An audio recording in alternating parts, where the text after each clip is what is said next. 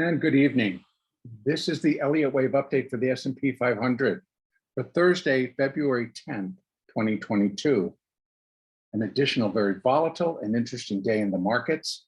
We did get that information this morning via the CPI number and also the jobless claim number.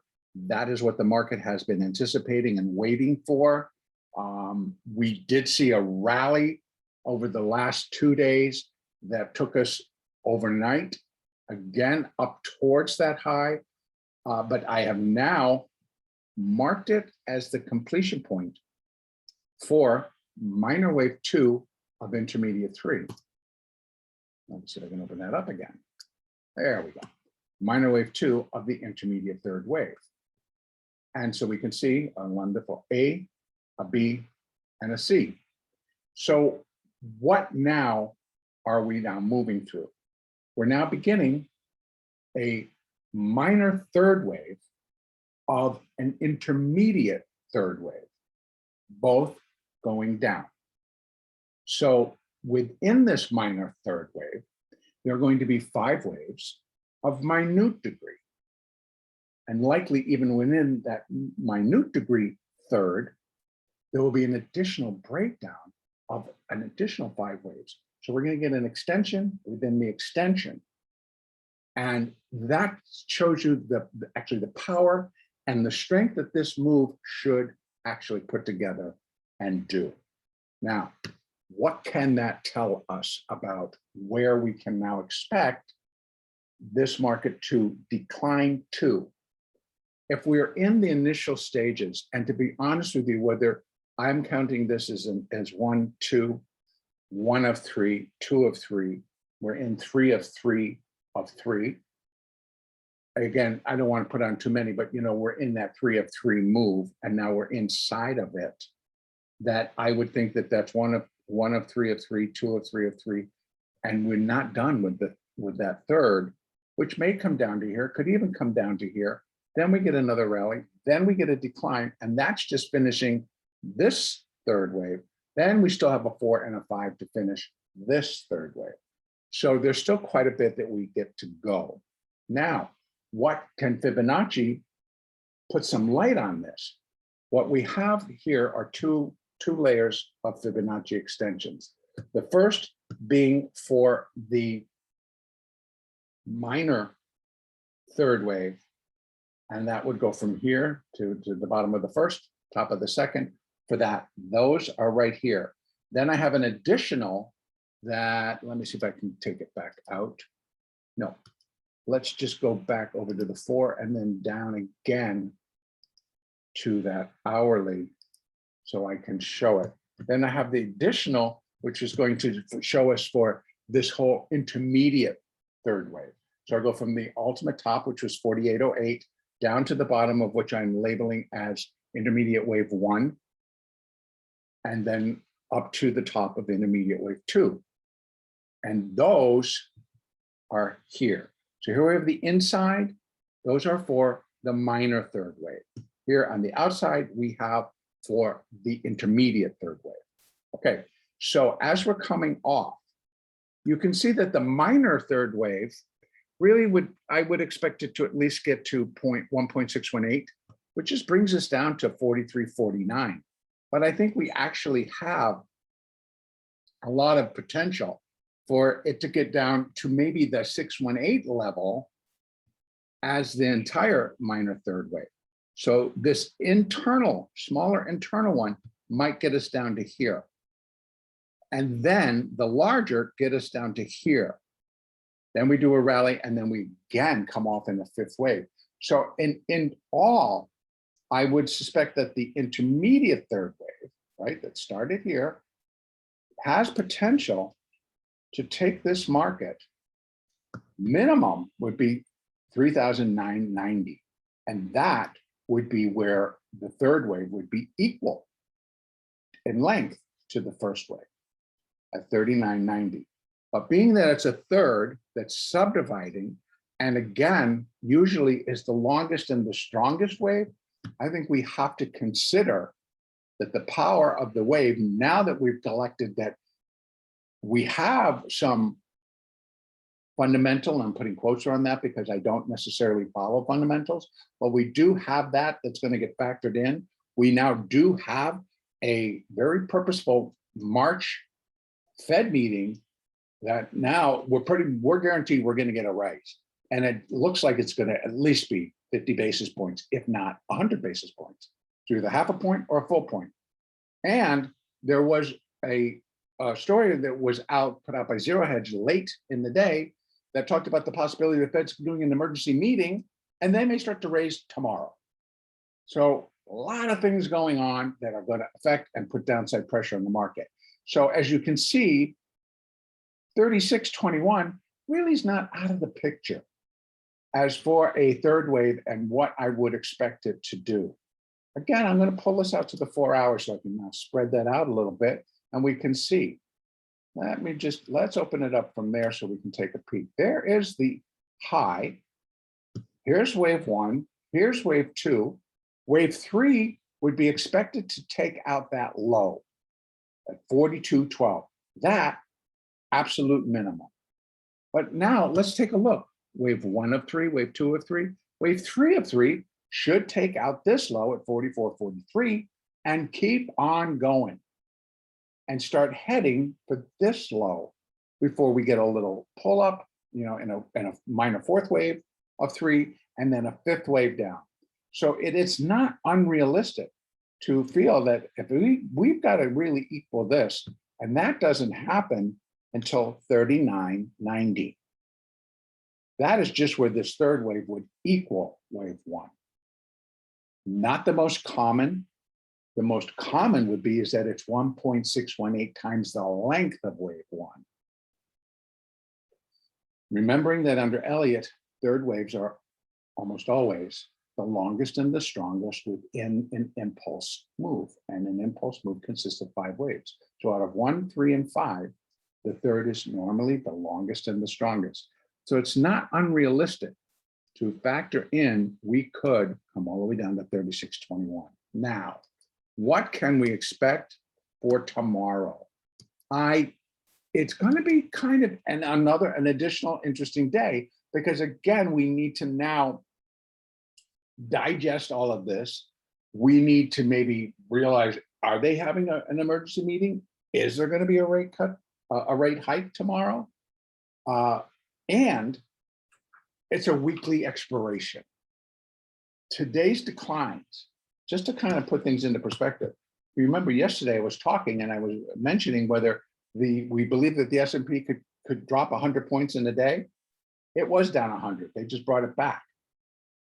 The Dow was down 600.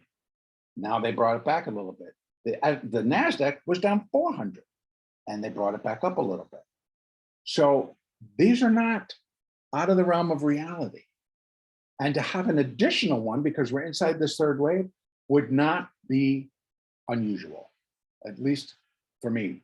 Now, again, we're getting into that point, as you know, in the third wave, the 3 of 3 move also gets labeled the point of recognition.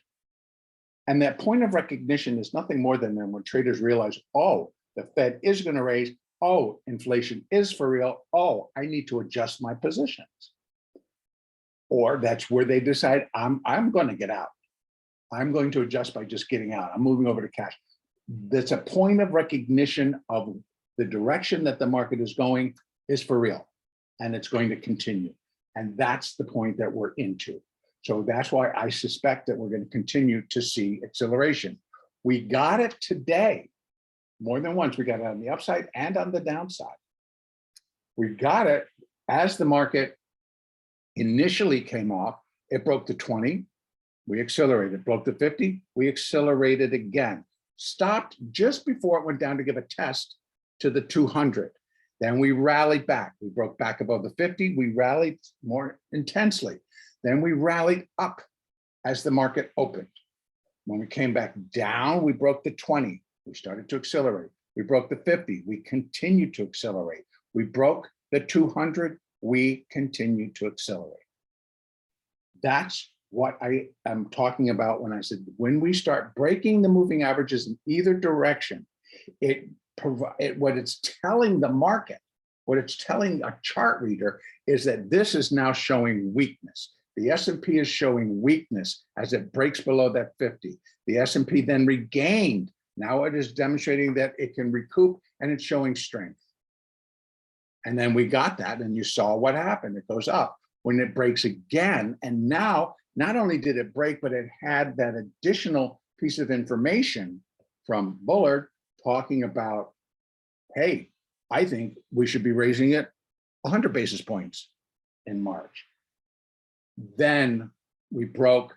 Now they've got a little bit more energy and urgency to get out, and we broke there, and then it just really just kept on going each time. So now we're below. Let's just take a look at to see how that daily looks like as we're coming off all of this. Come on, let's just do this. Thank you. So here we are. We went up, we got above the 50, we came back down. We're closing below the 50, closing below the 20, closing below the 4 and the 8. That is a negative bar. Now, being that it's followed two basically almost positive bars, then you're expecting it to continue, right? At least probably down to here if it's just in a big box, which right now in the daily on a technical basis, we can say it's basically just trading in a box right here. There's the low, there's the highs, and it hasn't broken. My conviction tells me it's likely going to break 44.39 and continue on down to 42.17 and then on down to 39.90, if not lower. So we're getting our signals of weakness in the market. And now we're going to see how the market wants to respond to those signals. What they help us is to just give us an indication of what can we expect for tomorrow. I expect continued downside, but rallies notwithstanding, because I believe that we should have them as just a part of the regular ebb and flow. I think there will still be buyers, and just let's keep it in mind that we have a lot of options trading. We have a lot of underlying stocks. As options trade, here's a natural hedge. You sell a call, you buy the stock. You sell the put, you sell the stock. You buy the put, you buy the stock. Those are the hedges for these types of positions. So again, a lot of algorithms firing off, and so we get a lot of trading going on in it, and they're herky-jerky moves type of thing. That can be expected as well. We have an expiration. There's going to be a lot of adjustment if this thing continues to slide. Even in the ES has options that are expiring, the SPX has options that are expiring. And so spiders have options that are expiring. Those are all connected to this index. So a lot going on. As they slide through strikes, it brings about a situation where adjustments need to be made either by buying the underlying or selling the underlying. And so we're going to see that come into play. So again, I am expecting the market to continue to go down. We still have the Asian markets and then the European markets to really factor in our number this morning, the reaction to that number, the reaction to what Bullard said, et cetera, and then what these individual stocks are doing, and then what against their markets will be doing tomorrow. So a lot of things going on, but I would expect that we're going to break below 44.70. We may find some support at 44.45 down to 39, which puts us into that low at 38.50. That may hold, we get a bounce. It's just going to be inside this 3 of 3. It might be just a 4. Then we still have a 5th to come down. Then I think so I think tomorrow will more than likely be a down day as we trace out this wave that's in motion. So, but we could have people come in tomorrow, they're going to buy it because, oh, we've reached a low. A lot of factors, but bear in mind what the wave count is, what your moving averages are doing, where the Fibonacci support and resistance is. These markets will bounce off of support levels. It's just the way it's constructed. So a lot of algorithms are constructed. Touches, bounce, touches, bounce. So if it ain't broke, don't fix it. And that's kind of the rule of thumb as we're trading. But I would expect lower levels tomorrow. Rallies should be again held by, on an hourly chart, by the moving averages. And right now, 4509 is where the 200 is sitting. I would suspect in a negative tone over the market that 200 will cap rallies. A break above just sets us up to get back up towards the 50, wherever it might be. Again, we still have Globex trading, and these will react, of course, within Globex. So I'm not sure where the positions will be, but I would not expect a large rally.